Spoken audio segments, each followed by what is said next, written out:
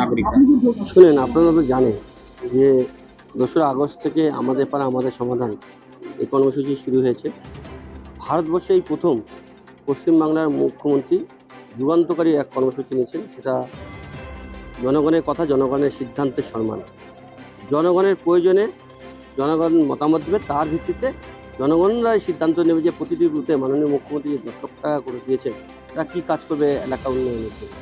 আজকে বিভিন্ন জায়গাতে আমাদের এই ক্যাম্প চলে আসছে। আজকে আমরা এই মোস্তাফানগর অঞ্চলে এই ৩টা বুথ চাইপাড়া, ভুইহারা এবং দক্ষিণ নটুয়াডাঙ্গি মিলে আজকে আমাদের এই ক্যাম্পটা হচ্ছে ভুইহারা প্রাইমারি স্কুল। এখানে ৩টে বুথেই মানুষরা এসেছেন।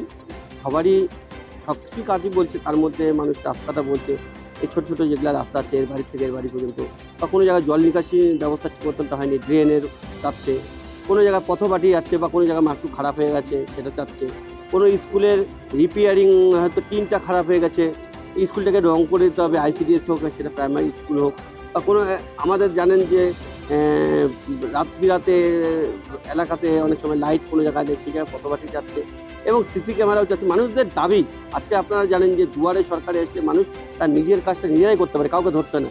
সেই রকম মাননীয় মুখ্যমন্ত্রী এই অভিনব উদ্যোগ নিয়েছেন যে নিজের বুথের উন্নয়ন নিজেরাই যাতে করতে পারে, সেই জন্য মাননীয় মুখ্যমন্ত্রী এই আমাদের পাড়া আমাদের সমাধানে এই প্রকল্পটা, এই কর্মসূচিটা নিয়েছেন এবং গ্রামের হাতে সব কিছু তুলে দিয়েছেন। তারা তাদের নিজেদের মতন করে তারা এই ক্যাম্পে এসে বলতে পারে তাদের কী কাজের দরকার, মানে তাদের যাদের প্রয়োজন অনুযায়ী যা যা দরকার সেগুলো আমাদের সামনে তুলে ধরছে।